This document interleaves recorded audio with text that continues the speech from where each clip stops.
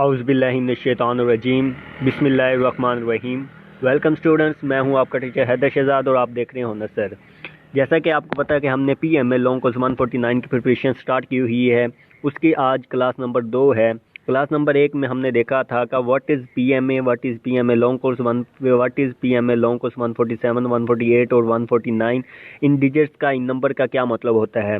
आज class number 2 में इंशाल्लाह ताला आपको इनिशियल टेस्ट के बारे में, इनिशियल फिजिकल, इनिशियल मेडिकल और इनिशियल इंटरव्यू के बारे में मुकम्मल इन्फॉर्मेशन दी जाएगी कि इनिशियल टेस्ट में आपसे क्या क्या पूछा जाता है और किस तरह के आपके टेस्ट होते हैं। तो चलिए बिना टाइम ज़ाया के वीडियो का आगाज़ करते हैं। लेकिन उससे पहले अगर आपने अभी तक हमारे चैनल को सब्सक्राइब नहीं किया तो चैनल को सब्सक्राइब कर लें, ताकि इस कोर्स से रिलेटेड तमाम वीडियोस आप तक बआसानी पहुंच सकें और आप अपनी अच्छी तैयारी करके पीएमए लॉन्ग कोर्स के टेस्ट को आसानी से क्लियर कर सकें। तो चलिए बिना टाइम ज़ाया के वीडियो का आगाज़ करते हैं। जी, तो पाकिस्तान मिलिट्री एकेडमी में ट्रेनिंग के लिए जाने से पहले आपको सबसे पहले आपके करीबी सेंटर में जाके इनिशियल टेस्ट देना होता है। अगर आप इनिशियल टेस्ट क्लियर करते हैं, उसके बाद आपका एक इनिशियल फिजिकल टेस्ट होता है, फिर मेडिकल टेस्ट होता है और फिर आपका इनिशियल इंटरव्यू होता है। अगर आप इन तमाम मराहिल से गुजर जाते हैं और इनको पास आउट कर लेते हैं तो आपका आईएसएसबी टेस्ट होता है। आपका 5 दिन का आईएसएसबी के बाद अगर आप उसको भी तमाम टेस्ट को क्लियर कर लेते हैं तो आपको पाकिस्तान मिलिट्री एकेडमी में ट्रेनिंग के लिए भेज दिया जाता है। तो आज की वीडियो में यही देखेंगे कि हमारे इनिशियल टेस्ट में क्या क्या होता है, इनिशियल टेस्ट किस तरह का होता है और उसके बाद initial physical test, initial medical test और इनिशियल इंटरव्यू के बारे में आपको इस वीडियो में मुकम्मल इन्फॉर्मेशन दी जाएगी। तो सबसे पहले बात करते हैं कि आपका सबसे पहला टेस्ट इनिशियल टेस्ट किस तरह का होता है। इनिशियल टेस्ट में बेसिकली 2 तरह के सवालात आते हैं। एक होता है जी इंटेलिजेंस टेस्ट होता है आपका, और एक होता है एकेडमिक टेस्ट। इंटेलिजेंस टेस्ट में आपको 2 तरह के टेस्ट होते हैं, एक वर्बल टेस्ट होता है और एक नॉन वर्बल टेस्ट होता है। वर्बल टेस्ट में आपको 80 से 90 क्वेश्चन आते हैं जो कि आपने 40 मिनट में हल करने होते हैं। उसके बाद आप अगर वर्बल को क्लियर करते हैं तो आप नॉन वर्बल को दे सकते हैं। उसके बाद नॉन वर्बल में भी 80 से 90 क्वेश्चन होते हैं, वो भी आपको 40 मिनट में हल करने होते हैं। अगर आप नॉन वर्बल और वर्बल दोनों का टेस्ट क्लियर कर लेते हैं, उसके बाद आपका एकेडमिक पोर्शन आता है। एकेडमिक पोर्शन में 50 सवाल दिए जाते हैं जो कि आपने 30 से 40 मिनट में हल करना होते हैं।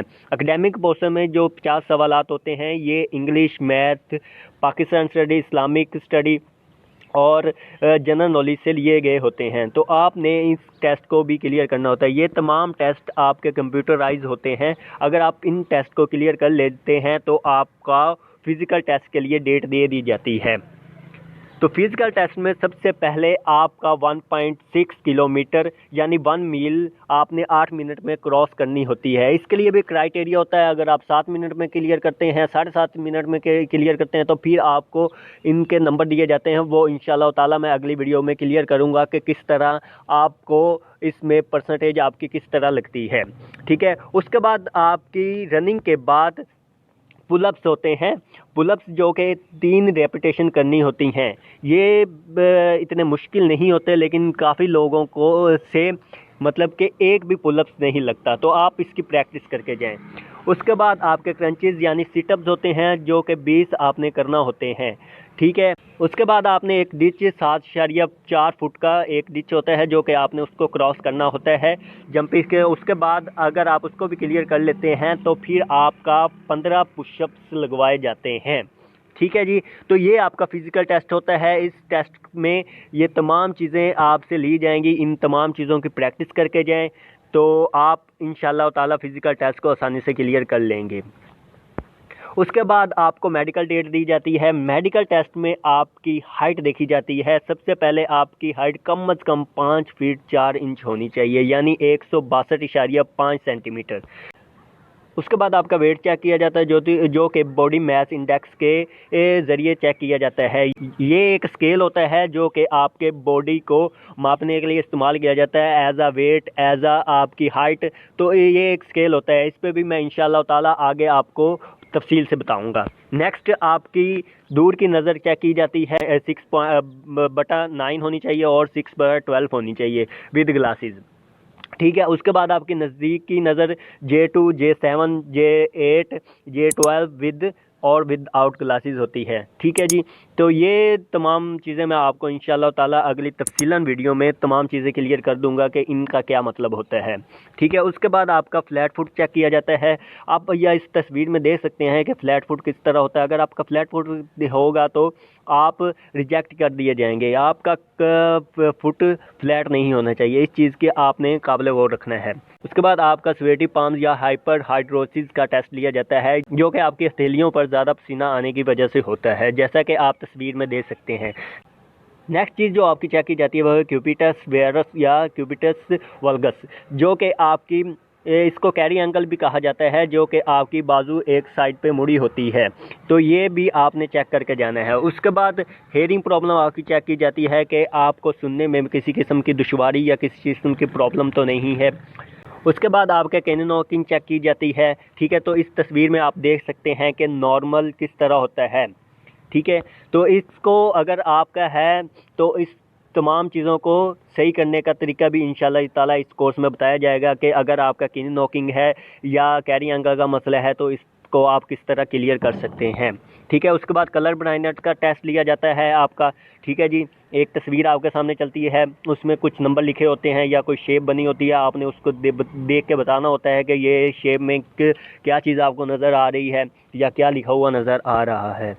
उसके बाद सिक्वेंट आइज़ का टेस्ट लिया जाता है। तो इस तस्वीर में आप देख सकते हैं कि नॉर्मल आइज़ किस तरह हैं और सिक्वेंट आइज़ किस तरह हैं। उसके बाद नॉन वर्बल टेस्ट की प्रैक्टिस ली जाती है, 1-2 सवालात आपसे पूछे जाते हैं। उसके बाद आपकी चेस्ट चेक की जाती है। ठीक है, उसके बाद अगर आप अपने मेडिकल को क्लियर कर लेते हैं तो उसके बाद आपको इंटरव्यू की डेट दे दी जाती है। इंटरव्यू में आपका एक्सप्रेशन कॉन्फिडेंट को चेक किया जाता है। उसके अलावा आपसे करंट अफेयर के बारे में, पाक स्टडी के बारे में, जियो के बारे में आपसे मुख्तलिफ सवालात पूछे जाते हैं और आपके फैमिली बैकग्राउंड के बारे में भी कुछ सवालात पूछे जाते हैं, जो कि आपकी फैमिली इंफॉर्मेशन आपको कितना है। उसके बाद आपकी ओवरऑल लुक चेक की जाती है। उसके बाद आपसे extra curricular activities include sports और हॉबीज़ के बारे में भी कुछ इन्फॉर्मेशन ली जाती है, जो कि आपने अपने इंटरव्यू फॉर्म में आपने फिलअप किए होते हैं। वहाँ पे 3 से 4 ऑप्शन होते हैं, आप अपनी हॉबीज़, अपने इंटरेस्ट लिख सकते हैं। तो आप वहाँ पे जो इंटरेस्ट लिखते हैं, जो अपनी हॉबी लिखते हैं, उससे रिलेटेड आपसे सवालात पूछे जाते हैं। इसलिए आपको मैं सबसे पहले यही चीज़ बता दूं, जब आप मेडिकल क्लियर करेंगे और आपको इंटरव्यू फॉर्म दिया जाएगा फिलअप के लिए, तो आप वहाँ पे अपने real interest, real hobbies fill up करना, ताकि उससे रिलेटेड जब आपसे सवाल पूछे जाएं तो आपको उनके जवाब देने में किसी भी किस्म की दुश्वारी ना हो। ये ना हो कि आपने अपने हॉबीज़ में, अपने इंटरेस्ट में क्रिकेट को लिखा हो लेकिन आपको उसके बारे में ज़रा भी इंफॉर्मेशन ना हो, आपने फुटबॉल लिखा हो और उसके बारे में आपको कुछ भी पता ना हो। तो आपने रियल इंटरेस्ट, अपने रियल हॉबीज़ लिखनी है। ठीक है, उसके बाद अगर आप इंटरव्यू क्लियर कर लेते हैं तो आपको ISSB फॉर्म दिया जाता है और आप वहाँ पे जाके 5 दिन रहते हैं और आपसे मुख्तलिफ टेस्ट लिए जाते हैं। जी, तो ये थी आज की वीडियो। उम्मीद है आपको वीडियो पसंद आई होगी। अगर वीडियो पसंद आई है तो वीडियो को लाइक कर दीजिए और मज़ीद वीडियोज़ के लिए चैनल को सब्सक्राइब कर लीजिए। तो मैं मांगता हूँ अगली वीडियो तक के लिए आपसे इजाज़त। तब तक के लिए अल्लाह निगहबान, खुदा हाफिज़, दुआओं में याद रखिएगा।